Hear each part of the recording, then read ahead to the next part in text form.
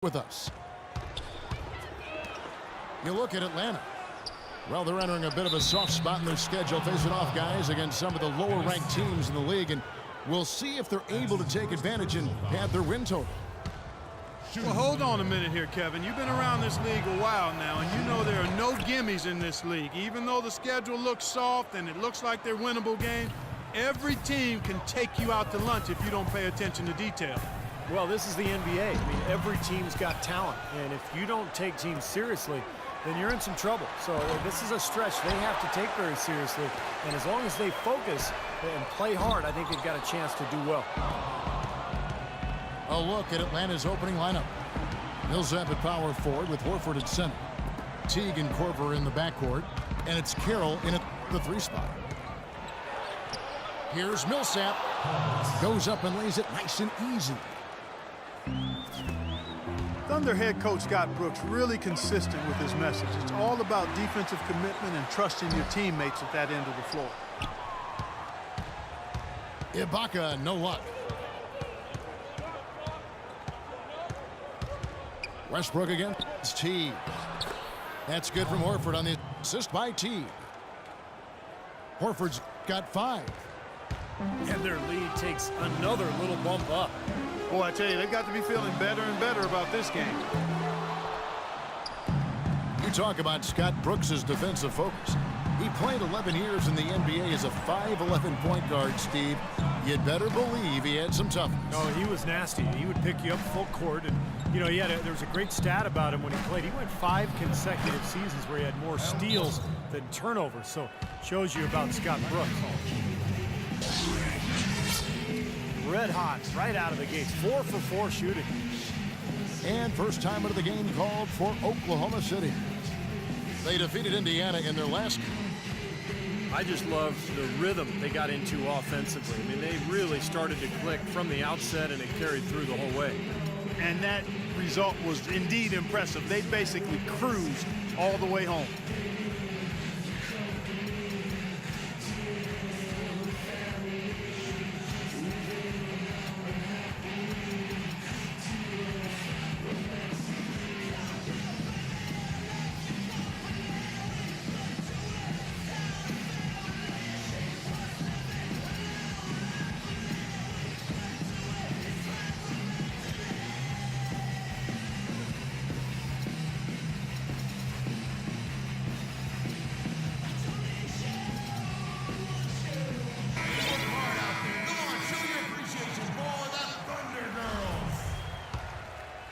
Here's Westbrook. 20 points for him last game against Indiana. And what stood out to me in particular was his gorgeous playmaking out there. He was finding his teammates in great positions to score. And it's the Hawks ball. Right now they're on a 9-0 run. You know, Steve, a lot of teams look at this Thunder franchise as a model, you know, of how to go about building a team that can compete for a title through the NBA draft. Well, it's a good model to follow, but you need some luck, Kevin. I mean, Kevin Durant fell into their lap. If they don't get the second pick in the lottery, and if Greg Oden doesn't go first to Portland, none of this happens. So, yeah, great planning, and they've had a terrific effort to put all this together, but it really comes back to getting Kevin Durant and Russell Westbrook. Guys, they're looking for a way to score here. Yeah, they've had a tough time getting the lid off the basket so far. Kenter. And he banks in the layup. Well, it took a while, but somebody finally got a shot to go. You know, I was starting to get a little concerned for them. I mean, it hadn't been pretty to this point. Now here is Horford. An 11-point game for him in the win against Dallas. Unloads from 13. Good work defensively by Horford. Things have kind of gone south for him here in the quarter. Boy, but he was close, Kevin, to making the defense pay for lackadaisical coverage there. Yeah, he had a really good look. I mean, he'll knock that down more often than not. The 2 points are pretty much a lock when they're able to get the ball into that position inside.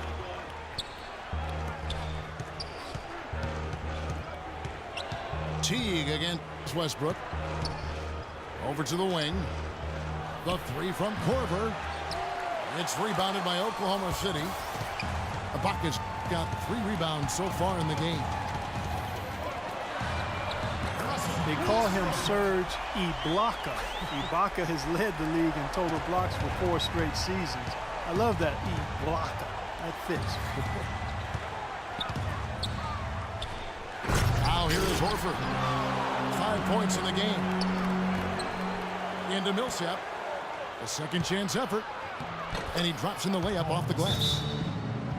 Millsap's got his second basket. They are really doing a nice job establishing a presence inside early. And that's going to open things up for them on the perimeter going forward, Clark.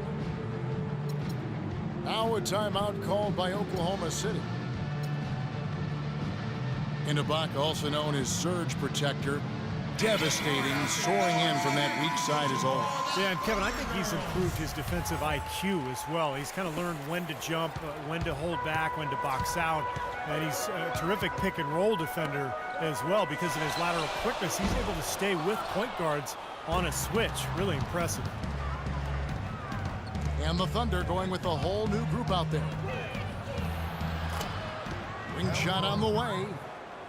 And the jumper falls for him. Thunder trailing by 6. And Augustine kicks to Morrow. Waiters passes to McGarry. Fires it up. Offensive rebound.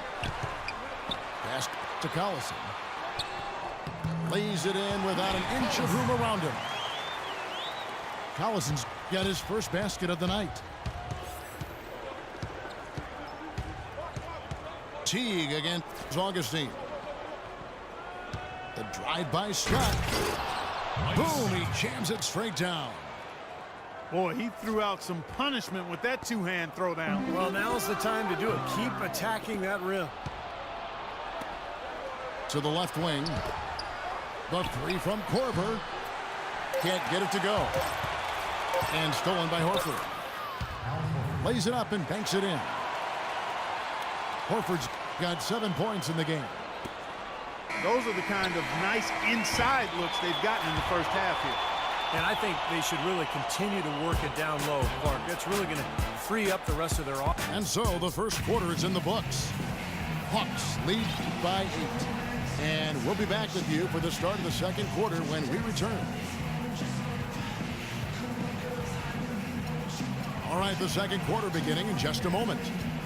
And when you consider how Atlanta is doing, Steve, Clark, your thoughts? The defense was really impressive there, guys, in that first quarter. They came out focused right from the beginning. And, Steve, that's a big part of why they're on top right now. This is how the floor looks for the Hawks starting the second quarter. Millsap at power forward with Horford at center. Kyle Korver is out there with Dennis Schroeder. And it's Bazemore at the 3 slot. And again, it's Al Horford. Horford's got the second quarter going with the first basket of the period for Atlanta. They have repeatedly probed inside in the first half, guys, and it's paid dividends. Yeah, it sure has, Clark. I mean, with as many points as they've gotten in the paint, they really haven't had to do much on the perimeter. Al Horford, 6'10", 250, really a natural power forward. He's been asked to play at center for his whole career. He's shown himself willing to battle bigger players inside, but you got to think he'd welcome a chance to switch back to the 4 spot. And Doris Burke has a report for us from the sideline. Well, Kevin, there's no doubting that center Steven Adams came to the league ready to rumble. As Kendrick Perkins put it, he acts like he grew up on the farm chasing hogs. But Adams said it had more to do with growing up playing rugby. He said it was, quote, a combination of that and trying to survive against my brothers and sisters. Keep in mind, he's the youngest of 18 siblings, Kevin. He doesn't mind taking some licks, Doris. He just keeps coming. Thank you. And for Horford, you know, able to scrap inside to overcome his lack of size defensively, his quickness is his biggest advantage. I mean, he's excellent at moving in space and defending the pick and roll. Catching up on the changes for Oklahoma City.